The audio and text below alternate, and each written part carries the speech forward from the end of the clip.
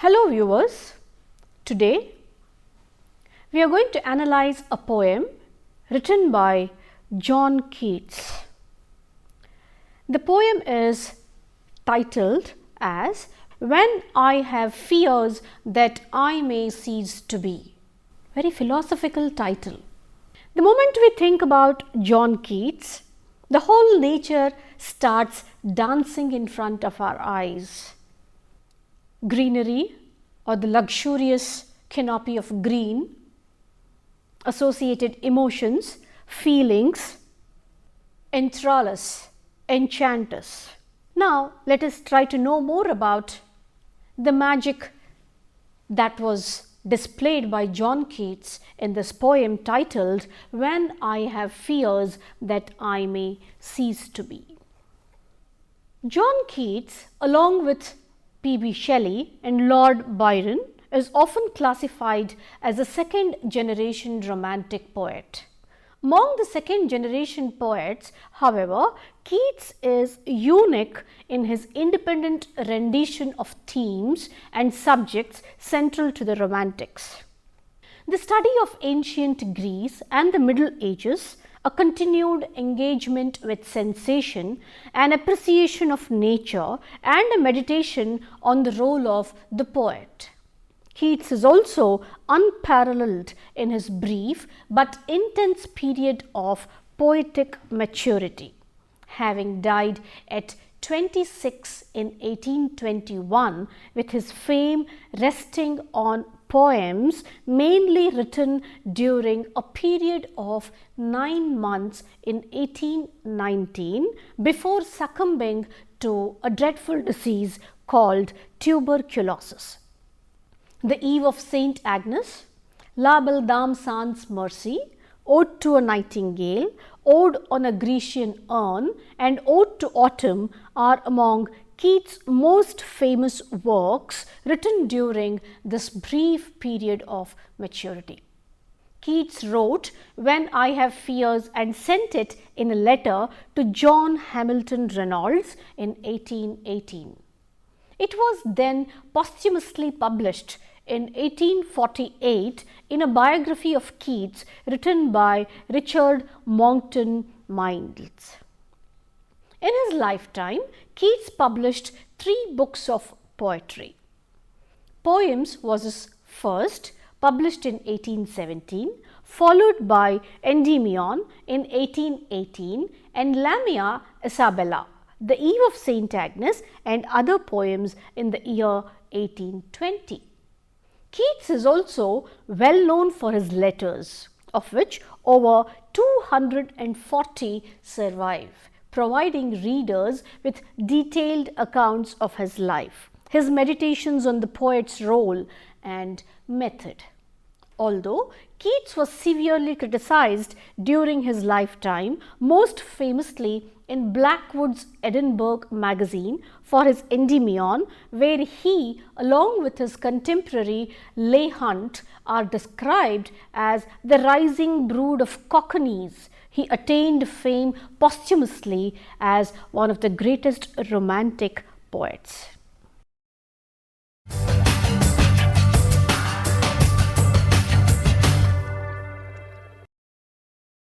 Keats analyzed the element of mortality thoroughly, and that is what is highlighted in this poem.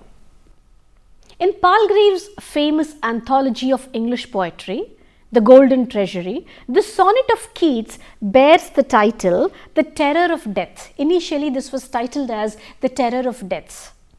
It may have been given some other title too, but its first line provides its own apt title, When I Have Fears That I May Cease to Be. The poem, however, does not express so much the terror of death as a deep, frustrating sense of despair in the face of death, of which its last 2 lines provide strong evidence. Evidently, Keats began to feel the imminence of death from the time when his sore throat worsened, followed by an attack of tuberculosis. It seems possible that Keats wrote this sonnet in the state of apprehending the fast approaching death. But this conjecture is contradicted by the comparatively heroic gesture and happy atmosphere of many of his odes written during this period. At least in them, there is no sense of despair and defeat. In them, Keats faces death boldly and triumphs over it with finding joy in the contemplation of the imperishable beauty of the arts of the world of nature. Keats' poetry can be read through the theme of mortality or the impermanence of beauty, human life, and the inevitability of death. While Keats' poems lament the fleeting nature of human life, they simultaneously celebrate the resilience of art to the poet or artist's mortal frailty. Keats' meditations on death and mortality, perhaps developed owing to a lifetime's experience with illness and premature death. He lost his mother to consumption at an early age and subsequently nursed his brother Tom when he in turn was affected by the same fatal disease. Keats' brush with illness and the struggle to fight death and decay occurred yet again during his brief period of medical training, when he served for a time as a surgeon's apprentice and later as a hospital student. Though Keats abandoned his medical training to pursue his literary and creative ambitions, he was to soon fall prey to the symptoms of consumption. Keats battled consumption for a time, even abandoning the English winter to reside in Italy, only to succumb to it prematurely at the age of 25. When I have fears, this poem can thus be productively read along the life experiences of a poet who discovers the fatality imbued in his life before he has a chance to redeem his artistic potential. Life always offers us something in contrast. That is displayed in this poem through Keats' ideas.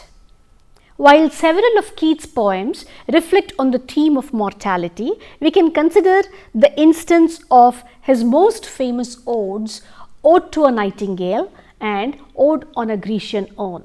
In Ode to a Nightingale, Keats celebrates the innocent and uncorrupted vitality of the nightingale's habitat, while Keats situates the nightingale amidst wooded green forests. He also acknowledges past artistic renditions of the bird that place it in more ancient scenes and contexts. The image of the bird and the beauty of its song are thus forever preserved in places, seasons, and situations that no mortal can match or can reach. He then contrasts this immortal habitat of the nightingale with that of the mortal man, who knows the weariness, the fever, and the fret, who lives where youth grows pale and dies, and where beauty cannot maintain her lustrous eyes. Similarly, in his Ode on a Grecian Urn, Keats celebrates the immortalization of daily life in ancient Greece. In the piece of antique sculpture described in the poem, he describes for the reader the various mortal scenes depicted on the urn: a piper playing songs, a pair of young lovers, green trees, a heifer being led to sacrifice with town folk gathered to witness, a town emptied of its occupants that are rendered immortal through the act of being sculpted onto the urn. These scenes Keats observes through depicting activities that are impermanent. The trees may wither, the piper may become weary, or the lovers may become embittered, become preserved in the state in which they are depicted forever. The mortal acts preserved forever in these scenes must, however, pay the price of becoming immortal. Very rarely people get such wonderful ideas. His ideas were immortal. So are his poems. The lover, for instance, who is attempting to kiss the maiden will eternally await his fulfillment, and the town emptied of its occupants will forever remain empty. Well, this is a quick snapshot of the gist of different poems which he had written with different themes, with rich ideas, rich imagination.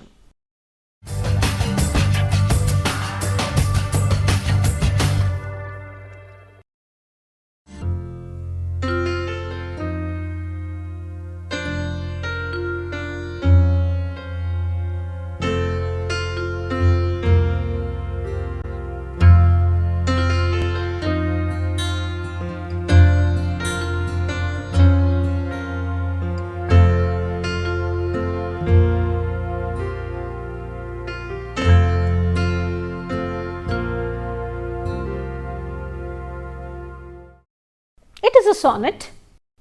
Elizabethan lyrics of the 16th century are full of these themes.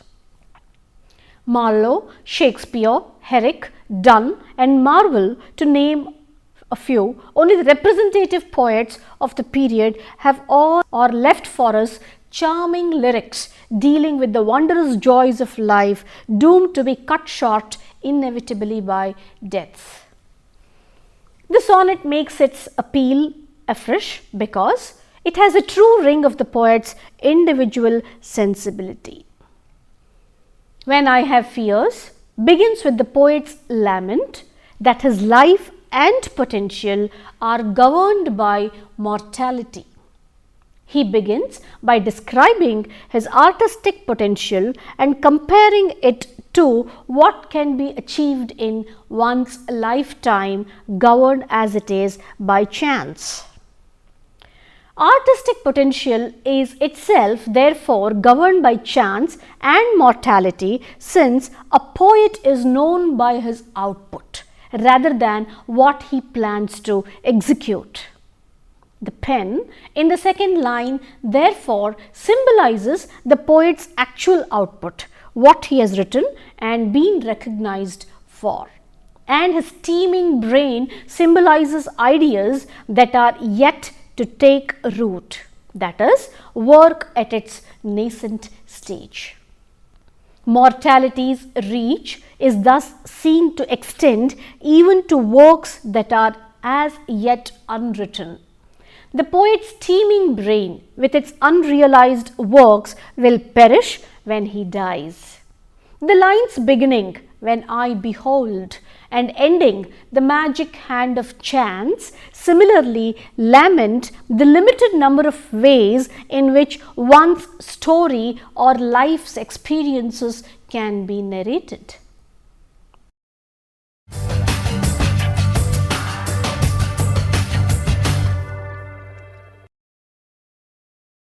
The many possible stories that can arise from a life are explained by Keats in the lines "huge cloudy symbols of a high romance." Here, cloudy symbols represent potential life or circumstances or stories that are yet to materialize. The poet's fears here result from being unable to even trace the shadows of these potential experiences, for he may not live to see them materialize. While any one of these symbols of a high romance may come to pass under the influence of the magic hand of chance, the poet himself will not live to tell the story.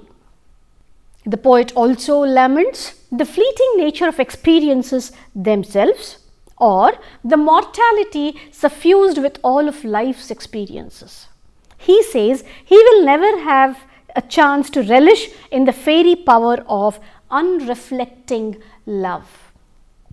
meaning that he can no longer enjoy himself without simultaneously reflecting over the temporariness of that enjoyment. Now no longer be relished with abandon or without doubt, because he is aware that it may end prematurely or never come to be. Some more information about or some more analysis of this line called the magic hand of chance. In his poem When I Have Fears, Keats also addresses the governing power of chance over the poet's life. Just as Keats is concerned with mortality dictating the extent and influence of the poet's life and potential, he also expresses the anxiety here over what he calls the magic hand of chance. In the poem, Keats describes the lost potential of cloudy symbols of high romance through an inability to even trace their shadows with the magic hand of chance. The hand of chance is here seen as something that could have made a potential story materialize, a romance that the poet is yet to experience. However, Keats' poem is suffused with the theme of chance governing over other aspects of his life as well, namely ambition, success and health. The line, "Till love and fame to nothingness do sink," conveys the significant role that chance plays in determining the extent of a materializing or becoming real of success. The ambition of a poet aspires to determined not by his skill or talent but in being able to realize it.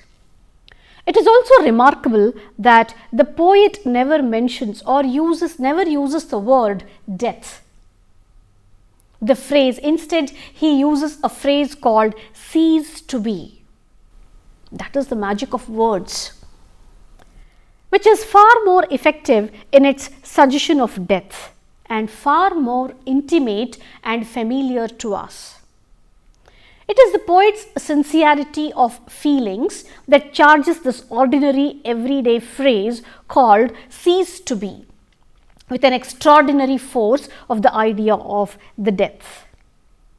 Then again, the image of harvest is typically Keatsian and thus original. The pen is compared to the harvesting sickle, and the thoughts and the experiences of the brain to the corn plant laden with ripe grain sheaves. The work of creation is like harvesting the ripe corn plants. Look at the interesting comparison. Very sophisticated thought process is depicted through this poem of Keats. It is a fanciful romantic image and suggestive of Keats' love for natural objects and scenes of sensuous charm.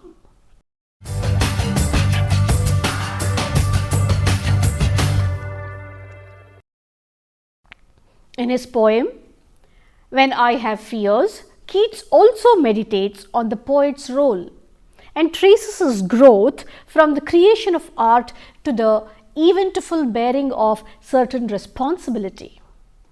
When I Have Fears presents the reader with the gradual onset of the poet's maturity and his taking on the mantle of reflection. While the poem begins with a confession of fear, an ambivalent and uncontrolled emotional response, it moves towards a certainty of feeling in Keats' assertion of "think that I may never live to trace." How beautiful the line is. "And shall never look upon thee." The poet moves from an expression of fear and uncertainty to thinking that he may perhaps never live to see the multiple ways in which his story may have shaped up to a definite assertion that he shall never look upon the fair creature of an hour anymore. In the time of adversity, the poet does not become impractical. Instead, he becomes pragmatic and starts thinking. The poem thus traces journey taken by an idea from its germination in a situation of anxiety and fear to its growth into a certain belief. The journey that this idea takes in the poem and perhaps in the poet's mind serves as an analogy for the poet's own growth. His fear is about being unable to complete or achieve what he believes is his purpose. And what is the purpose? That of producing as much from his creative potential as is possible. However, he soon realizes that his potential exceeds his creative output and also includes other aspects of his life experiences that may not come to pass, romances and life stories that may not unfold. He realizes that his mortal existence governs not only what he may create in his lifetime, but everything that he will come to know and experience. Thus, he feels with certainty that what he only suspected before, that mortal life is fleeting and his death will foreclose the many endless possibilities that his life would entail. The poet's role is to thus meditate or reflect on the nature of art and eventually life. The poet matures in his reading of an individual problem, his own anxiety about an early death, as one that is also true for every man, the fleeting nature of mortal existence. The lines, "Then on the shore of the wide world I stand alone and think, till love and fame to nothingness do sink." Look at the kind of effect they have on our psyche when we read these lines. They indicate the exclusiveness of the poet's burden. While his role is to reflect on nature of the human life and make a bridge for his own individual experience to relate to those of all men, it is one that paradoxically renders him alone. If love and fame sink to nothingness, then the poet is no longer set apart or unique. They have to be mortal. He is alone, both in bearing the burden of reflecting on the fleeting nature of our lives and in having become bereft of those positions that mark him as an individual. And what are they? The two important elements, love and fame.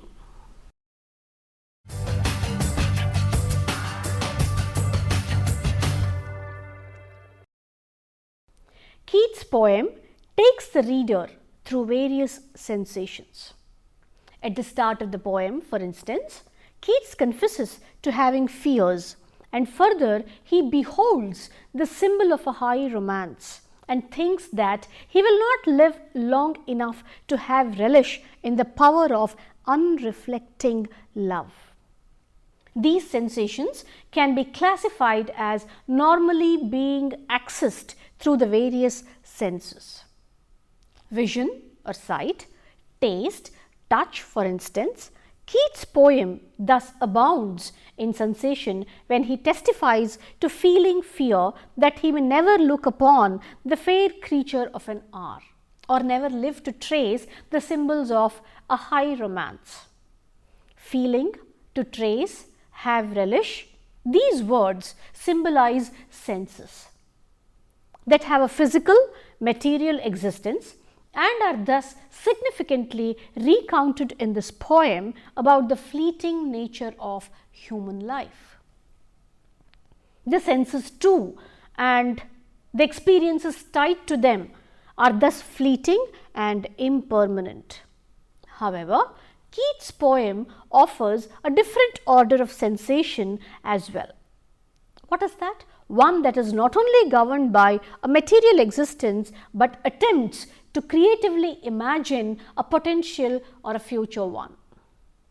When Keats confesses to beholding the cloudy symbols of a high romance, he is imagining a possible future rather than reporting the experience of a sensation like fear. To behold is not merely see, but to observe, and this involves an active participation with what is being observed. Keats beholds nothing specific.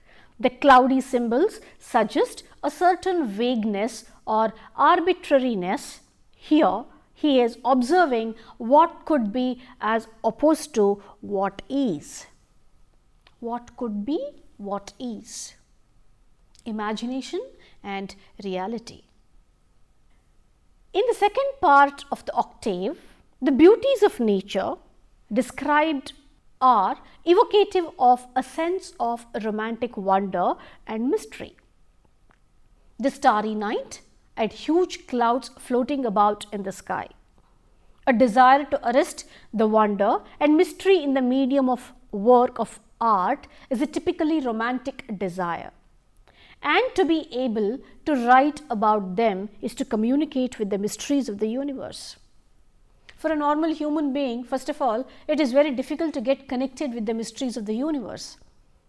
If a human being is able to do that, definitely there is something divine in him. And Keats belonged to that category of humans. In the later lines, he turns to his love and his own self.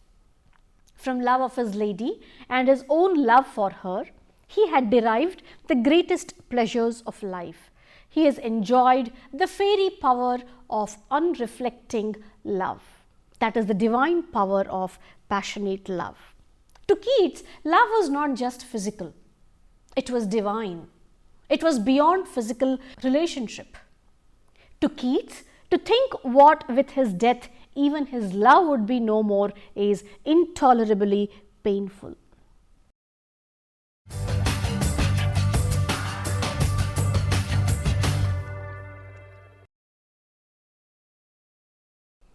The two concluding lines of the poem state how the thought of death fills him with despair and makes him realize the worthlessness of love and fame even when he lives. That is, the fleeting nature of life. The thought of death makes him feel already dead in life.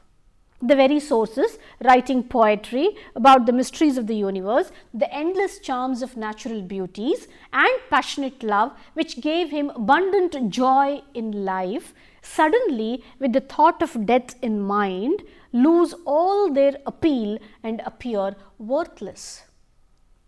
Very lofty theme indeed. This theme forces every human being to think about the temporariness of life. Now let's look into the structure of this poem.